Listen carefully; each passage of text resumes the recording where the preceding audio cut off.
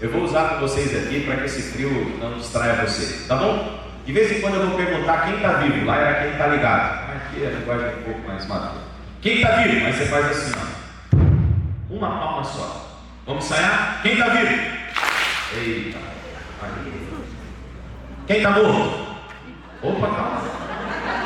Vamos orar, pastor. Vai dar um avivamento. Quem está vivo? Amém.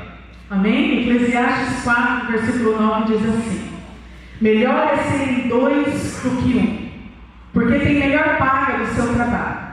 Porque se caírem, um levanta o companheiro, porém, do que estiver só. Pois caindo, não haverá quem o levante, e o cordão de 3 dobras não se arrebenta com facilidade. Nós vivemos hoje uma geração onde tudo é líquido, tudo é descartável, tudo é feito através do abandono. E quando nós vivemos essas crises dentro do relacionamento, as coisas externas começam a influenciar, mas as coisas que habitam do lado de dentro também começam a influenciar, como o orgulho, os próprios prazeres, os pensamentos de individualidade, e crises e coisas externas como cultura, bagagens, crenças limitantes. Só que como construir um casamento saudável é só voltar para o início, é só voltarmos para o começo, onde a palavra do Senhor diz em Gênesis 2, versículo 18, e disse Deus: não é bom que o homem esteja só. Você precisa entender de uma vez por todas que casamento é uma ideia de Deus, não é projeto de homens. Casamento não surge de uma entidade, uma ideia de uma igreja local. Na verdade, toda instituição nasce a partir do casamento. Então, casamentos saudáveis, filhos saudáveis, família saudável, igreja saudável. Igreja saudável, sociedade transformada. Por isso que você está aqui essa noite, porque o seu pastor entende isso, sabe da importância que a família tem para a saúde da igreja local. Entenda que isso é um investimento, e eu preciso que você redobre a sua atenção, porque o que a gente vai fazer aqui não é encher a tua mente de informação, é despertar você para o plano original, falar com você coisas que você já sabe. Se você não sabia, bom, que bom que você está aprendendo agora, mas eu espero que você já saiba e que hoje seja apenas um reforço. O que nós vamos tentar fazer hoje não é passar uma tinta em cima de uma parede rachada, é mostrar para você que a única forma de uma parede não se trincar é estando firmada sobre uma base que permite que o sustento permaneça mesmo diante das tempestades. Essa base é a palavra de Deus. Então, quem está vivo aí? Vamos lá. Afinal, a gente sabe, gente, que a nossa família, o nosso casamento é o palco das nossas maiores alegrias. Eita. Mas também é o ambiente das nossas maiores frustrações e decepções. A maior alegria que a gente carrega começa na família, mas as maiores decepções que nós enfrentamos também nascem dali. Exatamente. Então, preste atenção no que eu vou dizer para você. No mundo do esporte, existe, quando um time campeão ou um atleta campeão, existe algo que acontece que é o replay da cena. Você já viu isso? A TV vai lá de forma muito rápida, começa a mostrar vários ângulos diferentes da mesma situação. A ideia é não deixar nada passar. A ideia é cobrir cada detalhe. Gênesis capítulo 2 é o replay de Deus do capítulo 1. No capítulo 2, Deus não quer deixar que nenhum detalhe passe. Ele quer passar para mim e para você os detalhes, as nuances do que acontece no primeiro capítulo. Por isso, no capítulo 1, versículo 26 e 27, Deus diz: façamos o homem a nossa imagem nossa. Façamos o homem a nossa imagem nossa. Então Deus fez homem e mulher segundo a sua imagem. Então veja, quem decidiu fazer o homem? Deus. Decidiu fazer imagem e semelhança. E dentro dos muitos campos que nós podemos explorar sobre essa imagem e essa semelhança, nós queremos explorar a ideia de família, porque Deus nos foi revelado no Novo Testamento por Jesus como Deus Pai. Jesus é nos revelado como Deus Filho, sim ou não? Então existe aqui na Trindade a representatividade da ideia de família que Deus tem para cada um de nós. Preste bem atenção, porque eu não vou falar aqui o que alguns disseram aí recentemente, que o Espírito Santo era a mulher da relação. Não é isso. Nós sabemos que a Trindade se trata de um único Deus, não é? Sim ou não? Sim. Ok. Que coexiste três pessoas? Sim ou não? Sim. Amém.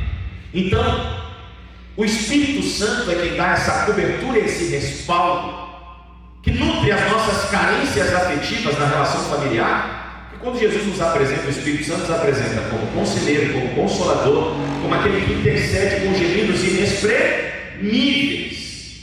Ok? Então preste atenção, porque se Deus nos criou a sua imagem, sua semelhança, e nos revelou a sua dinâmica a partir de uma ideia familiar, então agora nós já sabemos como ser família segundo a ideia de Deus. Não é se inspirando na Virgínia e no nome do marido mesmo lá, que largaram, separaram? Zé Felipe. Tá vendo, vocês sabem. Estão atuando. Não é essa a ideia. A ideia de casamento que nós temos não é a ideia diluída que o mundo está nos apresentando. A ideia de casamento que nós temos segundo a palavra de Deus, a ideia de família, parte da dinâmica entre a própria Trindade. Você quer saber como deve ser a relação de um pai para um filho? Olha como Deus se relacionava com o seu filho Jesus. Quer saber qual é a relação de um filho para com seu pai? Aprenda com a maneira como Jesus se relacionava com Deus. Quer saber como uma mãe deve se relacionar com o filho? Aprenda como o Espírito Santo aplica a sua obra à igreja e como a igreja deve se relacionar com o Espírito Santo. Bom, se a família é uma ideia do céu, agora nós já temos uma foto aqui. De onde vem essa ideia? Essa ideia vem do próprio Deus. Essa ideia vem da dinâmica na relação entre a própria Trindade. Até aqui tudo bem? Amém. Então vamos observar isso à luz da própria palavra de Deus. O versículo 24 do capítulo 2 de Gênesis, a Carol mencionou aqui o versículo 18, em que o próprio Deus, ao analisar a criação, vai dar um diagnóstico ruim para aquilo que ele criou. Ok? Deus é quem vai identificar que algo não é bom. Ok, agora eu te pergunto, Deus pode criar alguma coisa imperfeita?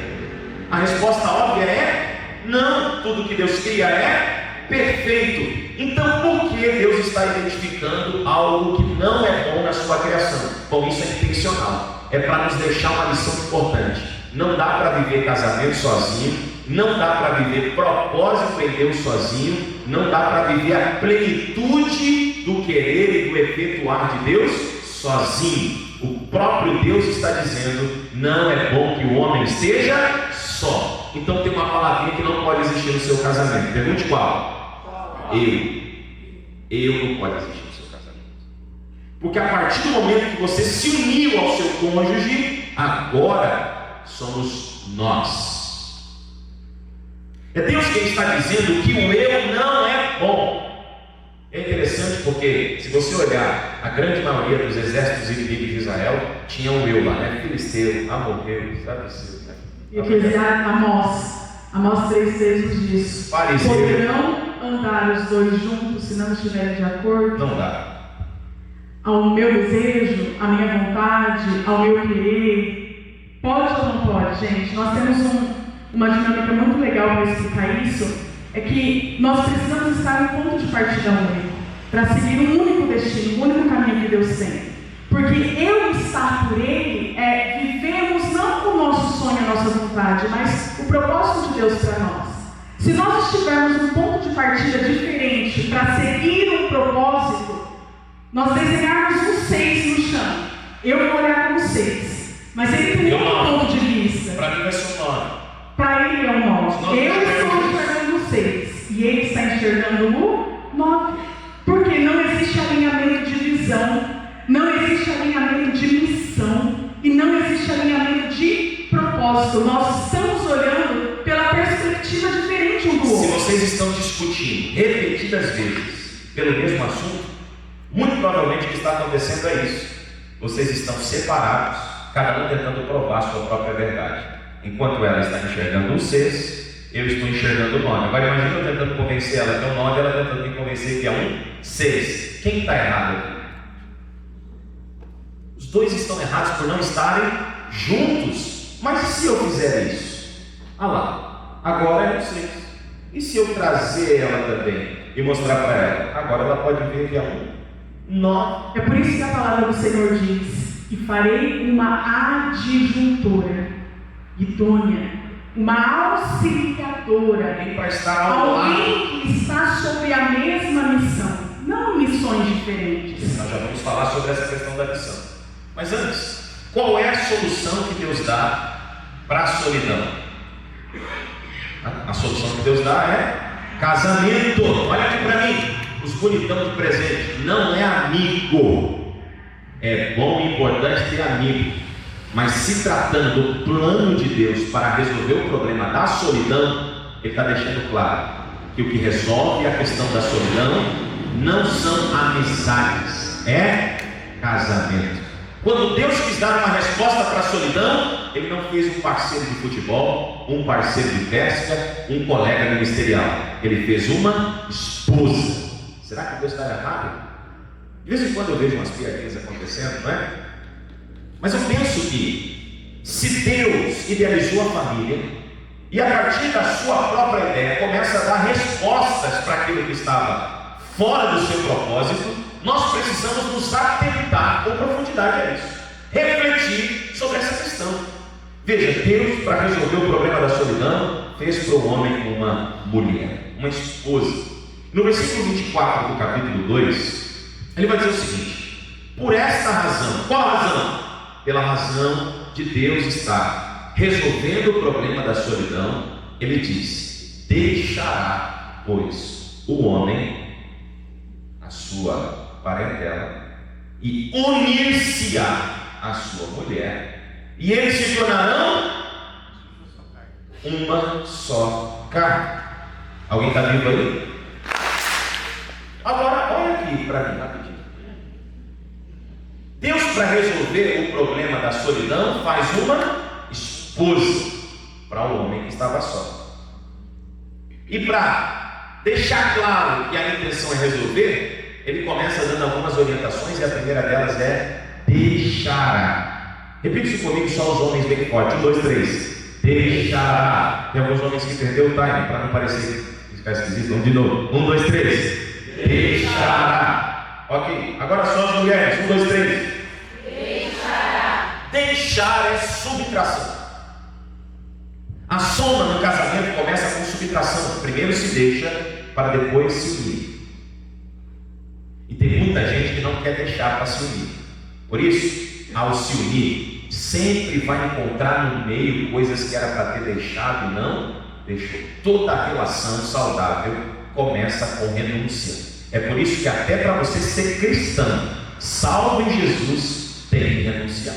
É por isso que Salmo nos diz: bem-aventurado o homem que não, o homem que deixa, o homem que renuncia, o homem que abre mão. Porque a verdadeira bem-aventurança dada por Deus não está ligada no querer, no tomar posse, mas no deixar para trás. E esse deixar aqui não está só aplicado a pais, mas está a uma cultura, a uma construção. Então a base fortalecida de um casamento não está só em construir, mas também em desconstruir coisas que foram construídas na infância. Malas e bagagens desnecessárias que muitas vezes a gente inclui dentro do nosso casamento, onde entra crises, discussões, o que eu penso e o que eu acho. Porque a minha mãe me ensinou assim, então tem que ser assim. Não, mas porque o meu pai disse que tem que ser assim, então tem que ser assim. Só que quando nós entendemos que o tema do encontro de hoje é um para o outro e ambos para Deus, não é o que eu ouvi, não é o que me falaram, mas é o que a palavra de Deus diz. E Ele está falando para nós aqui hoje, é deixar. Está na hora de abrirmos mão de muitas coisas que têm influenciado negativamente o nosso relacionamento. Deixar algo no teu coração que nem mesmo Deus pode preencher. Veja, lá no paraíso, o homem estava no melhor lugar, sim ou não? Paraíso, jardim do Éden. O homem tinha a melhor companhia, sim ou não? Presença tangível do próprio Deus. Mas outra coisa também era tangível. Qual? Solidão. Porque existem coisas que nem mesmo Deus pode preencher em você. é de responsabilidade do seu cônjuge. Por isso existem muitas pessoas que estão na presença de Deus, fazendo para Deus, e continuam se sentindo vazias, porque estruturalmente dentro da igreja faz bem feito, mas estruturalmente dentro da família faz mal feito. E o que você não planta, você não colhe. Por isso, quem quer ter um casamento bem sucedido deve nutrir bem o solo da própria casa. E não adianta reclamar que você não está colhendo se você não soube arar bem a terra. É de responsabilidade nossa, enquanto casal, trabalharmos juntos para que a colheita seja saudável, seja na área sexual, seja na área financeira, seja na área espiritual, em qualquer área, na educação dos filhos. Nós precisamos juntos cooperar, porque a solidão do homem o incapacitava, em primeiro lugar, de conseguir ver e refletir os aspectos relacionais da imagem de Deus. E em segundo lugar, de cumprir a sua missão e o seu propósito no jardim. Ele não podia fazer sozinho. O próprio Deus está reconhecendo isso. Por isso, queridos, para a tua casa, o teu lar, o teu casamento ser um jardim como Deus idealizou, é importante que vocês trabalhem juntos pelo mesmo propósito. Agora a pergunta que não quero calar é: vocês sabem qual é o propósito de vocês? Já conversaram sobre? O propósito de vocês combinam, é mútuo? Vocês estão caminhando para a mesma direção? Ou estão competindo dentro de casa para ver quem ganha mais, quem sabe mais, quem pode mais, quem tem uma voz mais altiva? Se a sua resposta for: nós temos um propósito estabelecido, então nós podemos dar glória a Deus e ter o seu casamento como uma referência para a sociedade. Mas se você é alguém que está enfrentando apelos de dificuldade no seu casamento, provavelmente é porque o primeiro pilar não foi edificado. Vocês estão lutando por coisas opostas, está na hora de alinhar em propósito. Quem está vivo aí diz amém. Eu confundi agora para seu cérebro, assim, ele bugar e se acordar. Tá bom? Vamos lá. Deus fez a mulher para auxiliar o homem no cumprimento da missão, sim ou não? E tem uma coisa que é uma confusão, né? As mulheres costumavam perguntar na nossa igreja o tempo inteiro: tá, pastora Carol e pastor Natan, o que é submissão? Eu tenho que me submeter a tudo, aceitar tudo, fazer tudo o que ele quer? Será que submissão na Bíblia é isso? Bom, a palavra submissão que aparece no texto de Gênesis é do hebraico ezer, que significa literalmente aquela que auxilia. Agora, esse termo tem causado muita frustração e confusão, muita não pouco.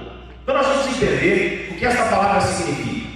A mulher é apresentada numa posição privilegiada, entenda isso, como agente de Deus na vida dos seus maridos, na vida do homem.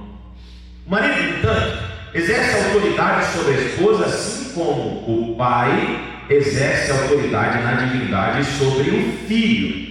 E assim como o filho apresentou exercer autoridade sobre o Espírito, e assim como o Espírito também apresentou exercer autoridade sobre o Filho. Agora eu te pergunto, na Trindade, o fato de Jesus dizer: eu vim para fazer a vontade do meu Pai, eu faço o que meu Pai me ordena, faz com que Jesus seja inferior ao Pai?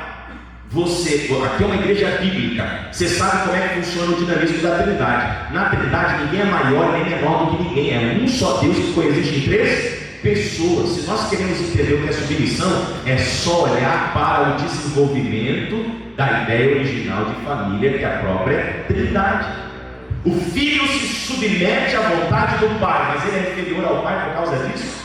Não, porque na verdade, além de serem um só Deus, eles compactuam e compartilham a mesma missão. Deus Pai planejou salvar você, Deus Filho executou o plano do Pai para salvar você, Deus Espírito Santo aplicou o plano do Pai e a execução do Filho para salvar você. Eles tinham a mesma missão. É por isso que eu queria falar para as mulheres aqui. A palavra do Senhor diz que ela é ajudadora, mas ela dá também uma outra característica a essa mulher, que é idônea. O que significa isso? É estar à mesma altura.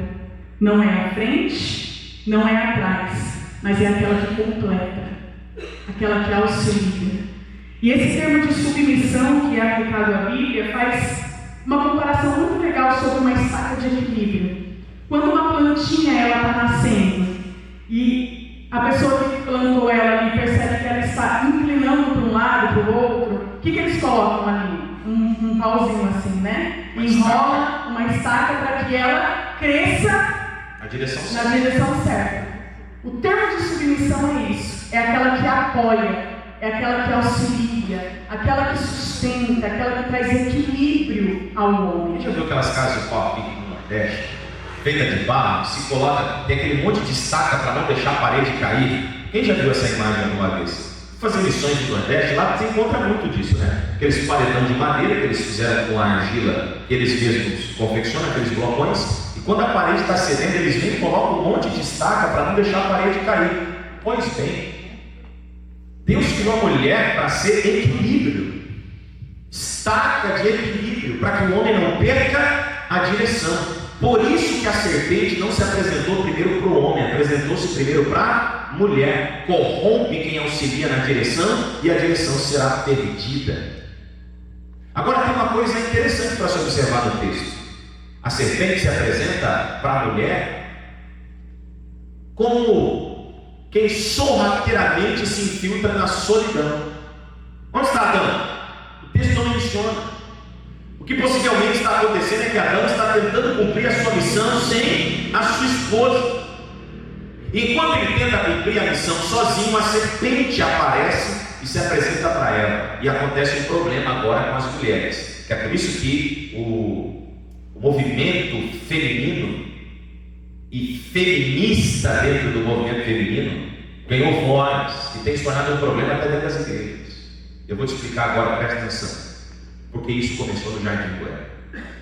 A pergunta da serpente para Eva foi: é verdade que Deus disse que você não pode comer de nenhum dos frutos? A resposta dela: não, eu não posso comer deste fruto. O que sugere que ela estava próximo da árvore que não deveria tocar. Olha que problema, estava perto demais daquilo que poderia fazer ela pecar.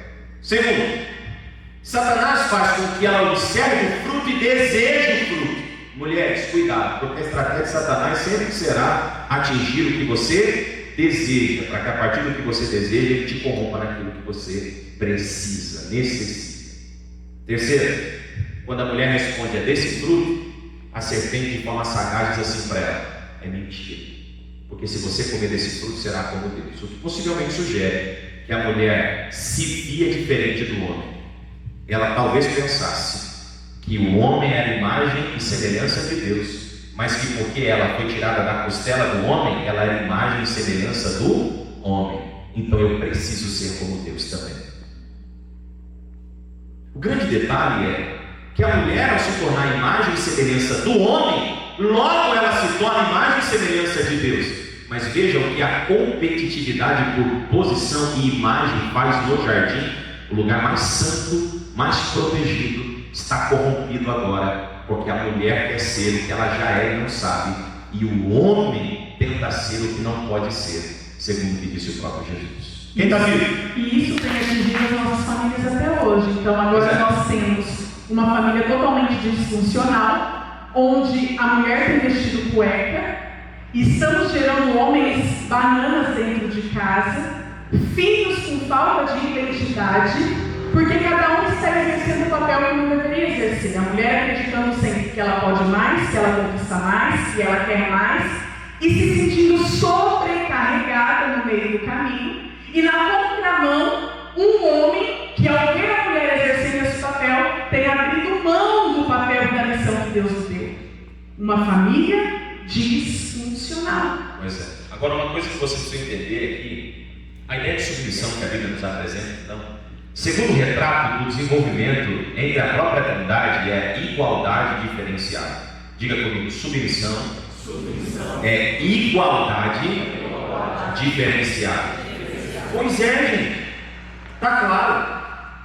Essa ideia de que a mulher tem que fazer o que você quer, isso não é bíblico. Essa ideia de que o marido tem que fazer o que você quer, também não é bíblico. Ambos precisam fazer o que Deus quer.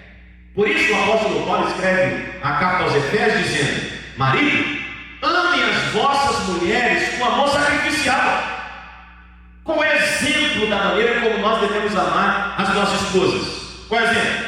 como Cristo amou a igreja. Eu te pergunto, Cristo amou a igreja como, gente? Indo para a cruz. Então, rapaziada, tem que ir para a cruz. Quem ama, vai para a cruz.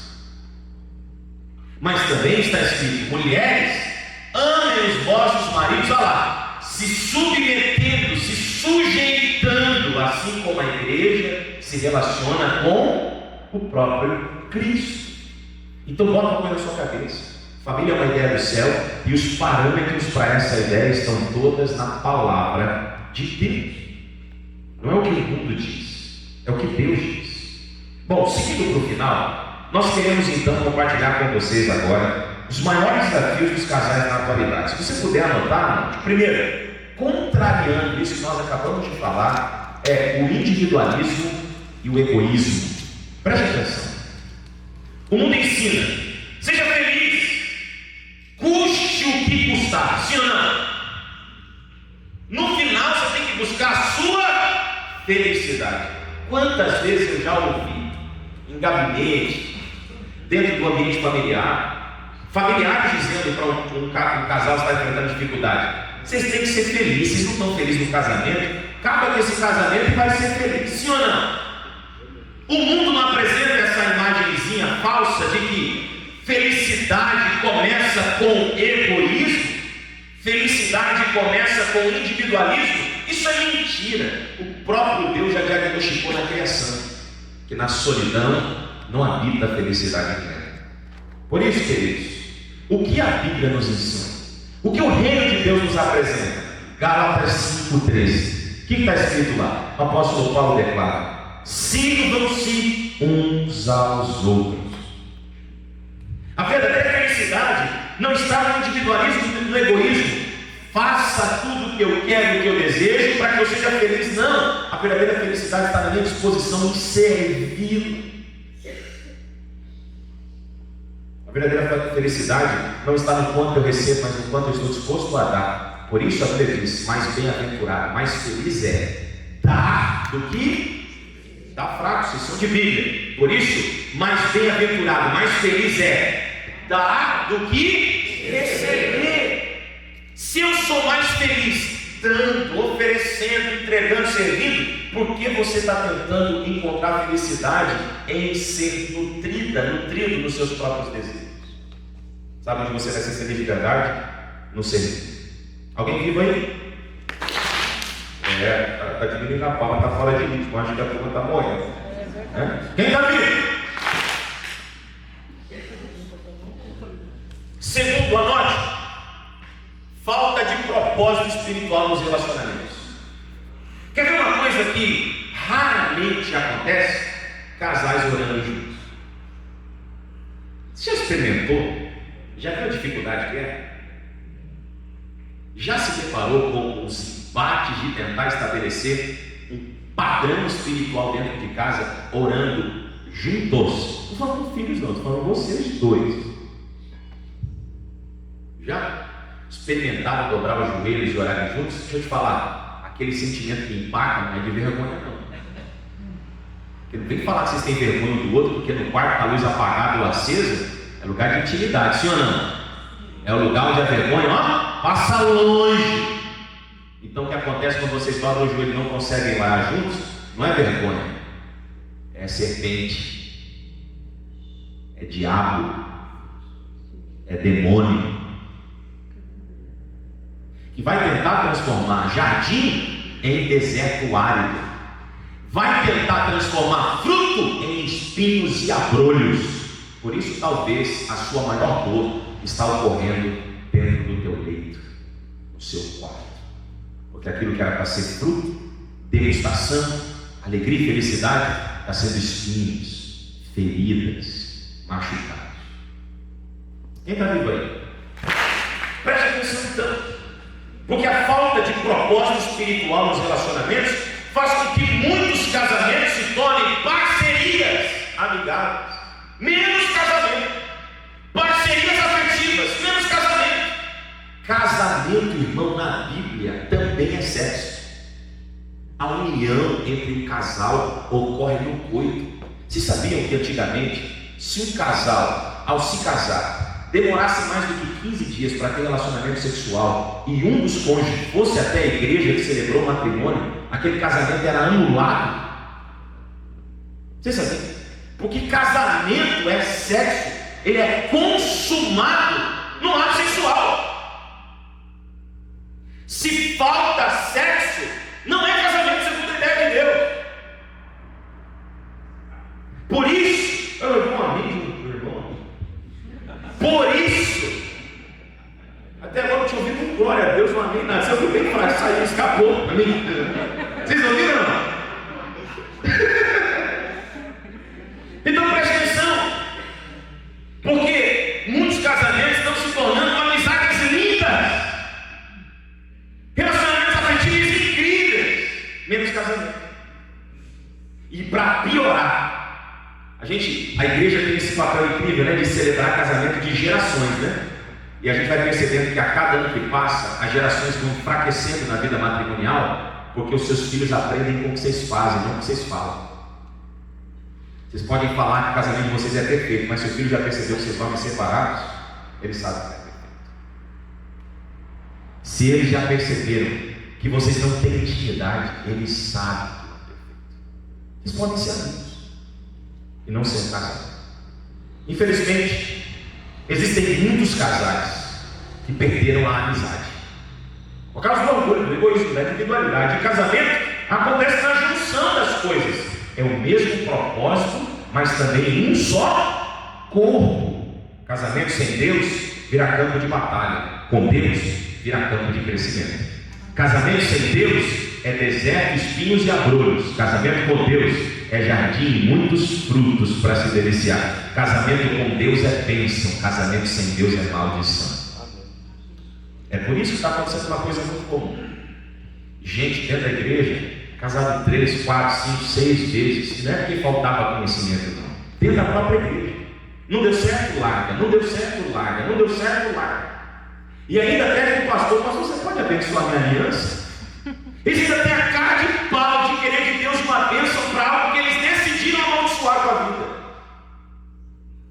Preste atenção. Deus não quebra princípios. Os princípios de Deus são invioláveis. O salmista diz que Deus exaltou a sua palavra acima do seu próprio nome. Deus velho em cumprir a sua palavra. Jesus declarou: passarão céus e terra, mas as minhas palavras jamais passarão. Preste atenção. Deus nunca irá contra a sua própria palavra.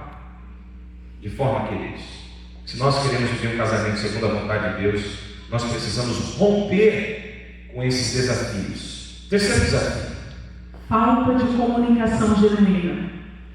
Quando a gente olha para o casamento, ou a gente vê grito demais, ou a gente vê silêncio. E aí existe acúmulos de mágoas. Só que olha o que a palavra de Deus diz em Tiago 19: sejam prontos para ouvir, tardios para falar e tardios para se irar. Vocês estão sendo atrasados para falar e atrasados para se irar em casa? Ou estão sendo acelerados para falar e acelerados para se irar?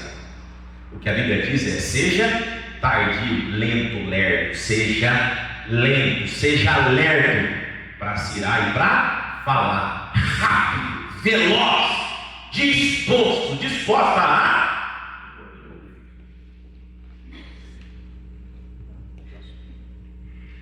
feridas não tratadas e traumas do passado.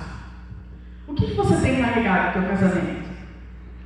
O que você tem carregado de lá de trás que tem afetado o seu relacionamento hoje?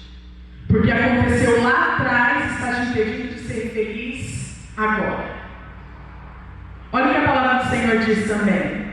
Salmo 147, 3. Ele sara os quebrantados de coração. Se derrame, se entregue ao Senhor.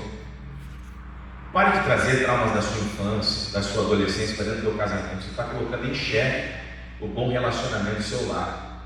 Deus pode fazer do seu matrimônio cura e você não está deixando, porque insiste em carregar os traumas que você viveu no passado. Quantos casais sofrem uma vida sexual infrutífera porque alguém sofreu um abuso sexual na infância, na adolescência? E o casamento que poderia ser cura, mostrar que sexo é um presente do céu, não uma maldição do inferno, acaba não ocorrendo. Ela insiste em ver sexo como uma maldição, ele insiste em ver sexo como uma maldição, e alguém está sofrendo com isso. Outros traumas financeiros. Por consequência de uma má administração, talvez você viveu pesares na sua vida e agora qualquer luta financeira que você enfrenta, você coloca a casa em cheque. Porque a conta não fechou, você diz que vai embora, vai divorciar, vai separar. Dá voz para o diabo. Posso te falar uma coisa? Olha aqui. O diabo já fala demais. Ele não está procurando funcionário. Deixa o diabo fazer o que ele faz. Não seja o diabo na seu cônjuge, não. Hoje em dia a gente tem que se apegado a uma desculpa de que ninguém dá o que tem, não é? Acredito que a maioria de vocês já ouviram isso. Então, ele é assim porque o pai dele era assim, entregou isso para ele. Ela é assim porque a mãe dela era assim, ou ela não teve amor, ou ela não teve... Mas o ciclo precisa ser encerrado. Existem coisas que a gente vai viver na nossa vida, não só na oração, mas no posicionamento.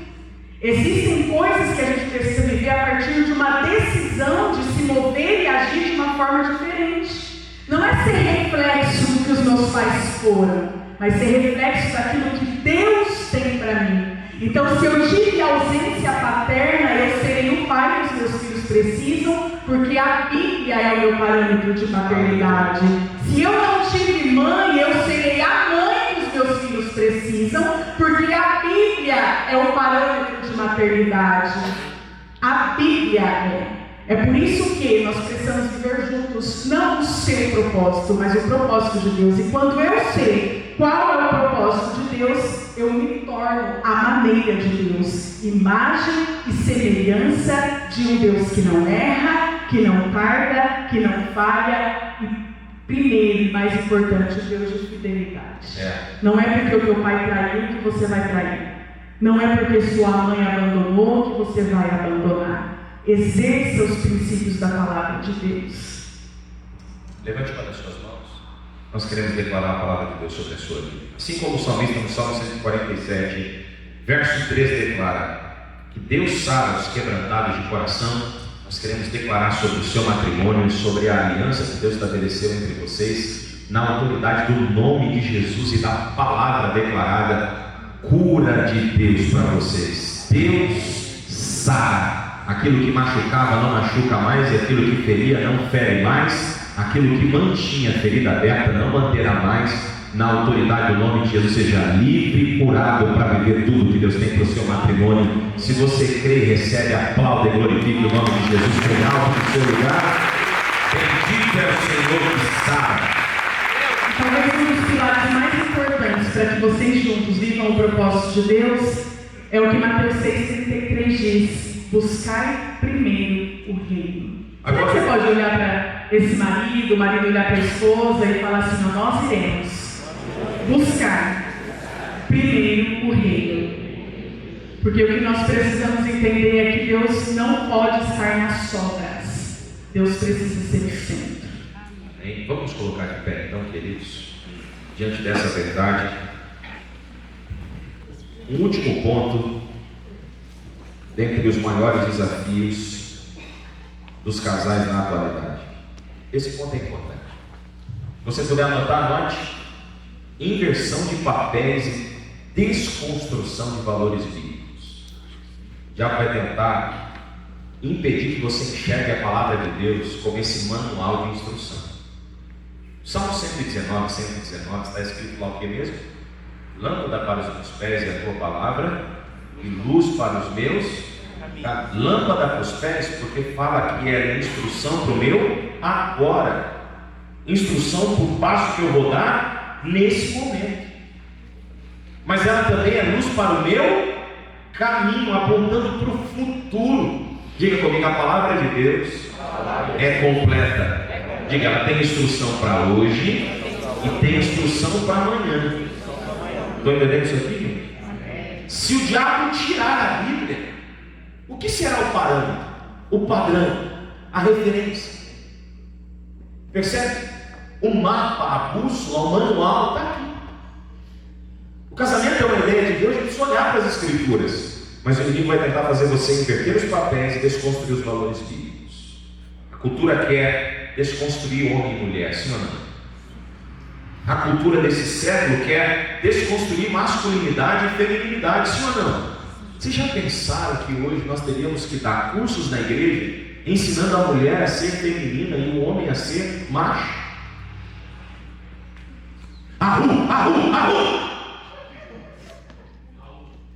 E ensinar a mulher, é isso mesmo, ensinar a mulher a se maquiar, a ter traços femininos. Já pensaram um negócio desse?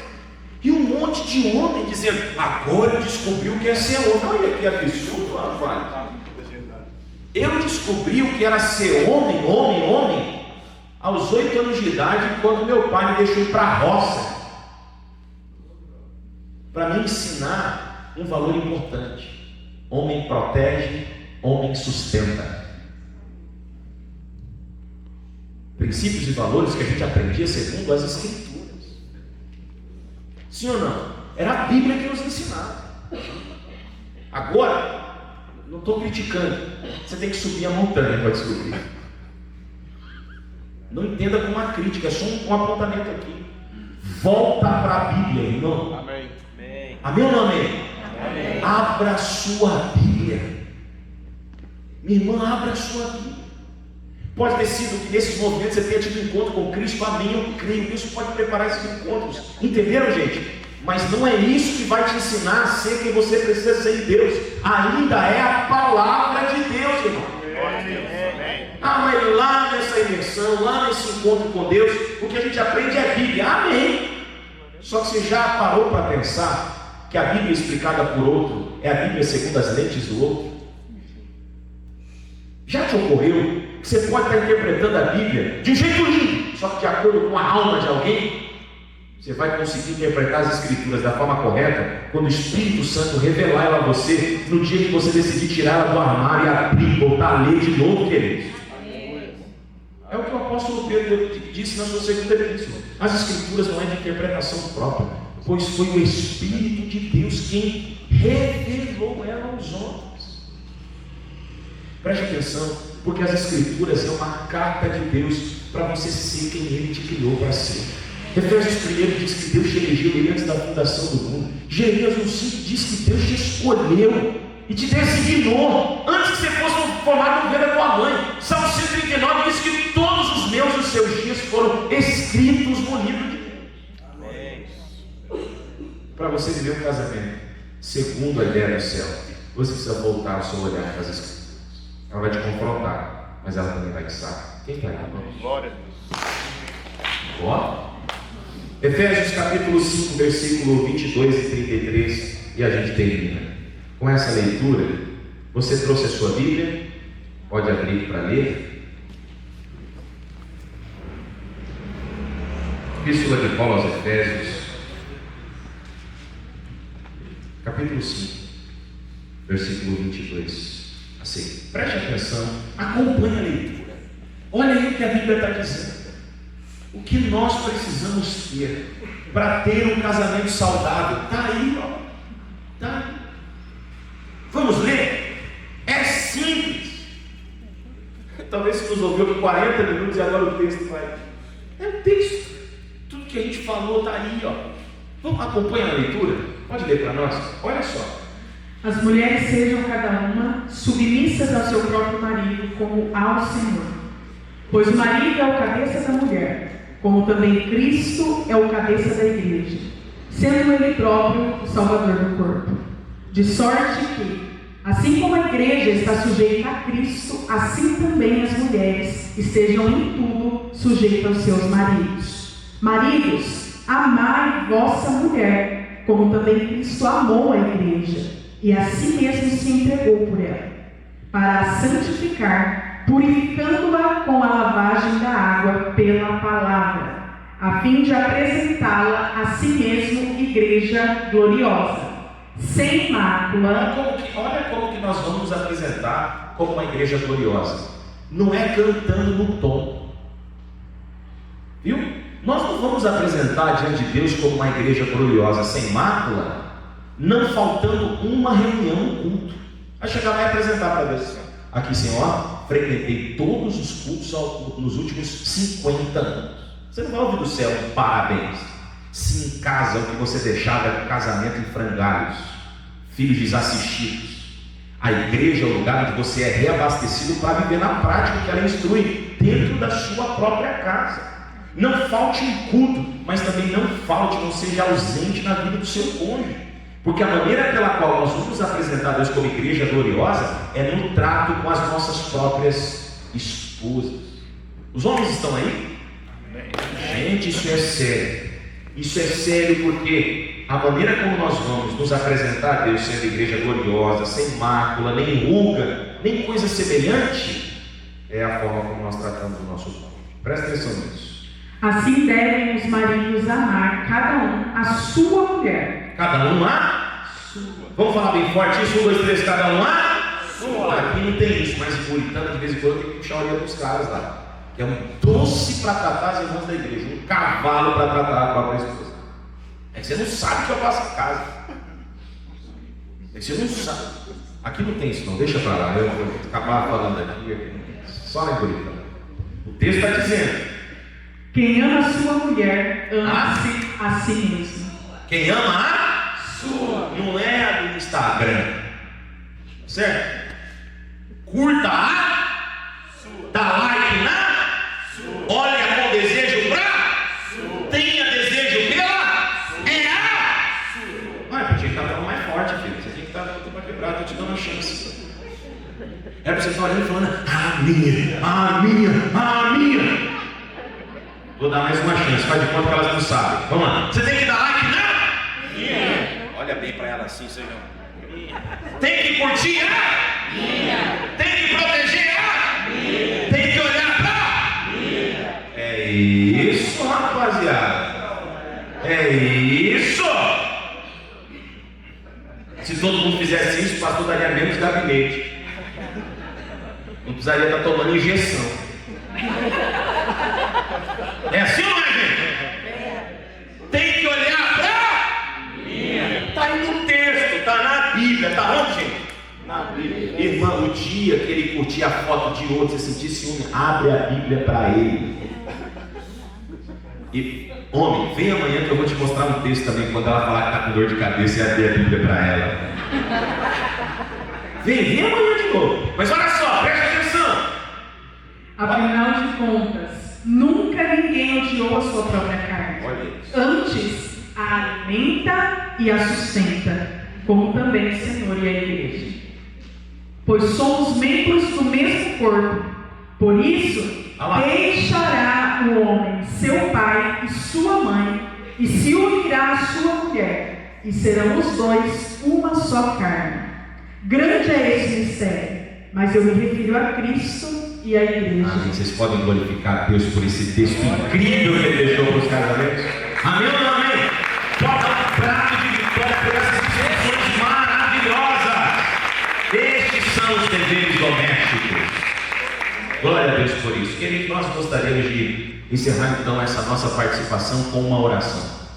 E eu gostaria, por favor, de convidar você que está do lado da sua esposa, você que está do lado do seu marido, a orar uns pelos outros. Vocês podem fazer isso como uma prática que nunca deve morrer? Isso não deve acontecer só em encontro de casais ou em seminários para casais. Isso tem que acontecer constantemente. Amém? Antes nós vimos aqui pregar, por exemplo, eu e Carol, nós orávamos dentro do carro, para sermos um instrumento como uma só carne, um só corpo, para compartilhar com vocês essa palavra. A gente não sentou em casa com a apostila aberta e ficamos gravando para falar juntos aqui. O que nós estamos comunicando é fruto de uma conectividade que nasce no Espírito. Isso também acontece com vocês. Isso também é uma realidade entre vocês.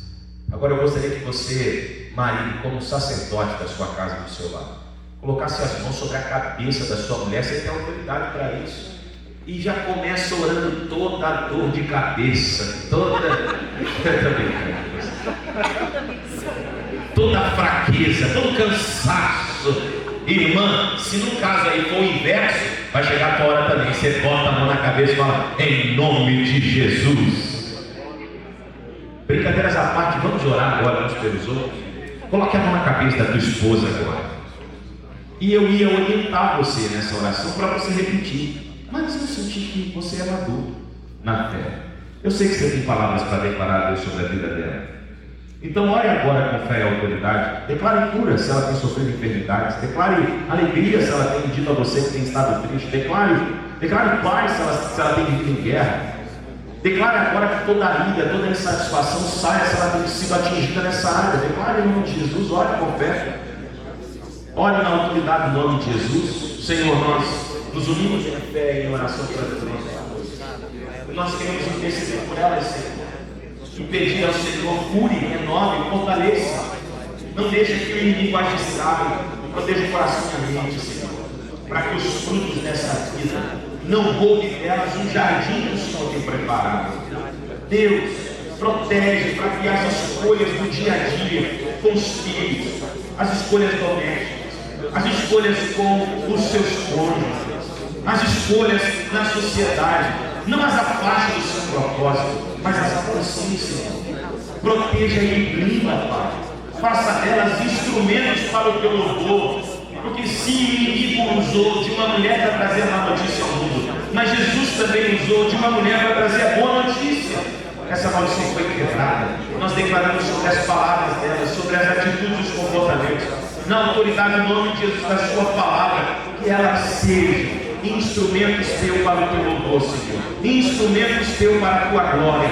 Nós as abençoamos em nome santo de Jesus e pedimos ao Senhor, faça do nosso lar um lar forte, faça do nosso lar um lar estruturado em Ti, para a glória do Teu nome. Assim oramos com fé, no nome santo de Jesus. Amém. Graças a Deus. Agora é a sua vez, mulher. Pai, nós apresentamos diante da Tua presença agora a vida dos nossos maridos. E pedimos, Deus, para que haja um alinhamento do céu agora sobre a vida deles, Pai. Para que eles possam viver de fato a missão que o Senhor deu, o propósito que o Senhor deu. Nós declaramos, Pai, de que Ele é um homem protetor. Ele é aquele qual o Senhor deu uma missão de vida e nós estamos aqui para auxiliar. Nós pedimos, Senhor, sobre a vida deles fortalecimento, vigor, autoridade. Nós liberamos, Deus, sobre a vida dele através da Tua palavra, aquilo que o Senhor diz, de que o Senhor é a força. E nós te pedimos, Deus, para que o Senhor nos levante ainda mais, para que juntos nós possamos cumprir o propósito que o Senhor nos deu aqui na terra. Em nome de Jesus. Amém. Amém. Vocês podem aplaudir o nome de Jesus bem forte. Deus em tudo os abençoe.